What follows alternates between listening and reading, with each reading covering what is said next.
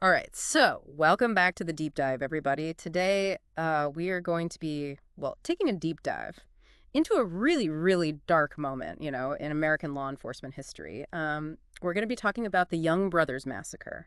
Young Brothers Massacre. January 2nd, 1932. 1932. Brookline, Missouri. That's right. And this incident resulted in the largest single loss of law enforcement officers in the 20th century. That's right. 6 officers lost their lives that day. And, to set the stage a little bit, this took place, during the Public Enemy era. We're talking like Bonnie and Clyde and John Dillinger. Yeah, people like Pretty Boy Floyd, Machine Gun Kelly, all those guys were out there. Yeah. So this was a, really, wild time. Time of lawlessness, yeah. Yeah. So, we're going to be drawing on all the information that's been compiled about this event. And really our mission today is to, understand how it happened, who these young brothers were, and, ultimately what the lasting impact was. So to start out, let's talk about, the Young Brothers. Okay. We're talking about Paul, Harry, and Jennings Young. And, initially back in the 1920s down there in Southwest Missouri, they weren't considered like, huge criminals. Right. It was mostly burglaries and, petty theft. Yeah. They were known to law enforcement. They weren't, they weren't like, murdering folks yet. Right. But they were, they were definitely involved in some illegal activities. Mm. And they were known so much so that they were actually given the nickname the Young Triumvirate. Oh, wow. All 3 of them had served time at the Missouri State Penitentiary. Yeah. Old Jeff. Okay. And Jennings and Paul, they both had actually served time in Leavenworth as well. So, these guys, they had a little bit of a history. Yeah. But it wasn't, like I said, they weren't violent yet. Right. But that all changed. On June 2nd, 1929, Harry Young killed the city marshal of Republic, Missouri, Mark Noe. And this was after Noe had pulled Harry over for drunk driving. Oh, wow. So this is a big deal. Right. This changed everything. Yeah. And the 3 brothers, they completely disappeared after this. Really? They went down to Texas, lived under assumed names for about 2.5 years. And during that time, they actually got involved in what the FBI described as a grand-scale auto theft ring. Really? One of the biggest ones they'd ever seen. So they went from like, petty crime to, running a national, like a big major car theft. They definitely stepped up their game. Wow. But, despite all that, despite the fact that they were wanted for murder and running this huge criminal enterprise, Harry and Jennings, they also went by Jinx. Yeah. They decided to get back home to Missouri. Wow. So back to the family farm. Back to the family farm. Family's calling. Family comes first, I guess, Yeah. even for these guys. Right. And this was by the end of 1931. That's right. And that really sets the stage for what's to come, this decision. So let's talk about, what happened on January 2nd, 1932. Okay.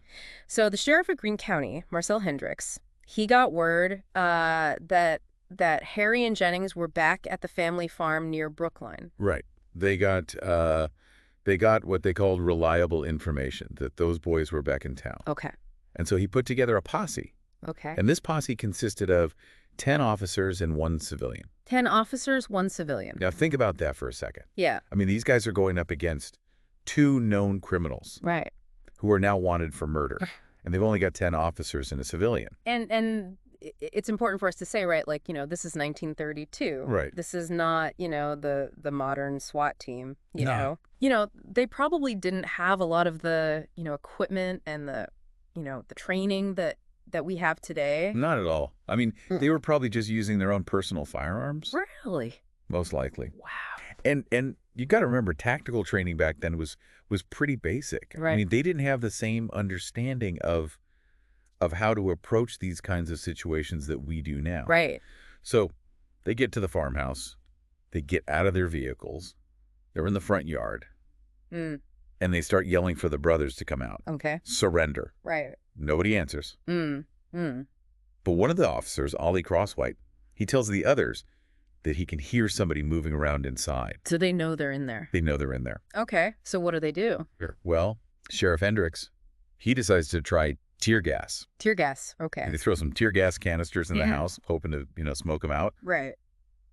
But it doesn't work. Nothing happens. Hmm. So what happens then? So Hendricks and his deputy, Wiley Mashburn, they decide to take a more direct approach. Huh. They go around to the back of the house, and they kick in the back door. And I mean, this seems like a recipe for disaster. Oh, absolutely. Yeah. You're going in blind. They don't know what's waiting for them inside. Right. And as soon as they step through that door, they're met with gunfire. Oh, wow. 2 guys inside, and like I said, we're pretty sure it was Harry and Jennings. They just open up on them. Wow. One with a shotgun, the other one with a .3220 rifle. Wow. So, I mean, Hendricks and Mashburn, they were probably killed instantly, right? Pretty much. Yeah. They didn't stand a chance. Oh man, that's horrible. Yeah, it was a bloodbath.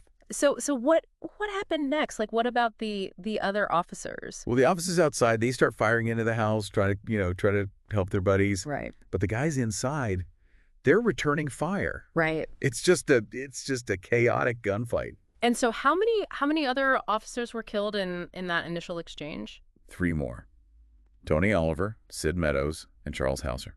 Wow. So we're up to 5 officers killed already. That's right. And the remaining officers, they quickly realize that they're outgunned. Right. They're running out of ammo. Mm. So they have to retreat. They had to retreat. Yeah. Oh man. But there was one officer, remember Ollie Crosswhite? He was at the back of the house, Mm-hmm. and he'd taken cover in a storm cellar. Oh, right. And the guys inside, they knew he was down there. So what happened to him? Well, one of them kept him pinned down with rifle fire so he couldn't get out.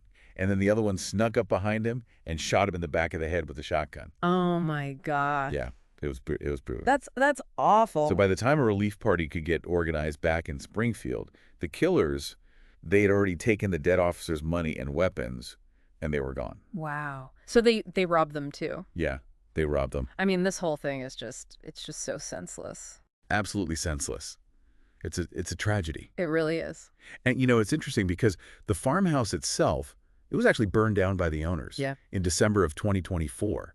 And then the site was demolished the same year. Wow. So it's like that place was just like cursed or something. Yeah, it's like a physical reminder of this awful event. Right, right. So the Young Brothers, they get away. They get away for a little while. And then what happens? Well, there was a nationwide manhunt for those guys. Right. I mean, you can imagine after killing 6 law enforcement officers, they were public enemy number 1. Oh, yeah. And it didn't take long for them to track those guys down. Yeah. Just a few days later, January 5th, they found them holed up in a rented room in Houston, Texas. Okay. And the Houston police, they went to that house and they announced themselves. Right. And the Young Brothers, they barricaded themselves in the bathroom. Oh, wow. They told them to come out, surrender. Right. And the Young Brothers responded by opening fire. Wow. So they just immediately started shooting. Yeah. And what did the police do? Well, they had no choice but to return fire. Right. And then after that initial burst of gunfire, there was this silence. Mm-hmm. And then a few more shots. And then a voice from inside the bathroom says, "We're dead, come on in." Oh. So they go in. And they find Jennings Young dead. Yeah. And Harry Young mortally wounded. Oh, wow. So they both had been shot multiple times, and they found the guns that were taken from the murdered officers in Brookline. Right there in the bathroom with them. So, I mean, the coroner in Houston, they ruled it a suicide pact. Yeah, they said that the brothers shot each other to avoid capture. Wow. I mean, it's crazy to think about, like what must have been going through their minds, to go from, petty theft to, murdering 6 officers and then ultimately taking their own lives. It's hard to fathom. I mean, how does it escalate to that point? Right. It's a dark, dark story. Yeah, it really is. And I know there were some people who questioned that ruling, right? Like they thought maybe the Houston police had actually killed them. Yeah, there were some folks who thought it was a little too convenient, Right. that both brothers just happened to shoot each other. But either way, I mean, the Young Brothers Massacre, it had a huge impact on law enforcement, Well, right? absolutely. Huh. I mean, it was a wake-up call. Right. It showed just how dangerous these situations could be. Right. And it led to a real push for better training, better equipment, and a much more cautious approach to dealing with armed suspects. Right, especially suspects who had a history of violence. Absolutely. Yeah. They didn't want to see another tragedy like this happen ever again. Yeah, and I think it's also important to, to remember the officers who were killed that day. Absolutely. They made the ultimate sacrifice. And there's a monument to them in Springfield, right? That's right. In fact, there are 2 monuments. Yeah, one in front of the police headquarters. Yeah. And another one in front of the Greene County Courts building. So they're really making sure that these officers are never forgotten. That's right. They're heroes. So, it's interesting that, this story, this event, it's kind of made its way into popular culture too. Yeah, it really has. I mean, there's a CD of songs about the massacre that was put out by Chaplock Publishing in Springfield. Really? Yeah, it's got narration, tells the whole story. Wow. And then in 2018, there was a docudrama that came out called "Come On In, We're Dead." Wow, come on in, we're dead. That's a catchy title, right? Yeah. So I mean, this is a story that people are still, fascinated by. Oh, absolutely. It's just one of those stories that sticks with you. Yeah, and there have also been a number of books written about the massacre, right? Yeah, a bunch of them. There's one from 1932 by John R. Woodside. There's one from 1988 by Paul W. Barrett and Mary H. Barrett. There's one from 2005 by Bruce Davis. And then another one from 1996 by Shuli Walker Garton and Bradley Allen Garton. So there's a lot of different perspectives on this event. There's a lot to unpack. Yeah. It's a complex story. Right. And for anyone listening who wants to learn more, we're going to have links to all of those books in the show notes. And the full text of that 1932 book by John R. Woodside is actually available online with photos. Oh, wow. Yeah. That's pretty cool. Yeah. And we'll also include some links to articles that were published in the Springfield News Leader and a really detailed report by someone named Stephen. Fantastic. So yeah, there's a lot of resources out there for people who want to, really dig into this. Yeah, for folks who want to, do their own deep dive. Right. So, I mean, the Young Brothers Massacre, it's a really tragic story. And, it's easy to just focus on the violence, But I think it's also important to, to think about the impact that it had, on law enforcement, on the community, on the families of the officers who were killed. Yeah, it's a story about loss. Right. About the human cost of violence. And it's a story that, that still resonates today. Oh, absolutely. I mean, it raises so many questions, about how we deal with violent crime. Right. About how we train our law enforcement officers. Right. About how we keep our communities safe. And it makes you think about, what could have been done differently, Yeah, what if the officers had been better equipped? Right. What if they'd had better training? What if the Young Brothers had never gone back to Missouri? Yeah. I mean, it's easy to look back and say, what if? Right. But I think the real question is, what can we learn from this? Yeah. Right. What can we do to prevent something like this from happening again? Exactly. So I guess, that's something for all of us to think about. Absolutely. And I think that's a good place to leave it for today. Yeah, I think so. So thanks for joining us on this deep dive into the Young Brothers Massacre. Yeah, thanks for having me. And we'll see you next time. See you later.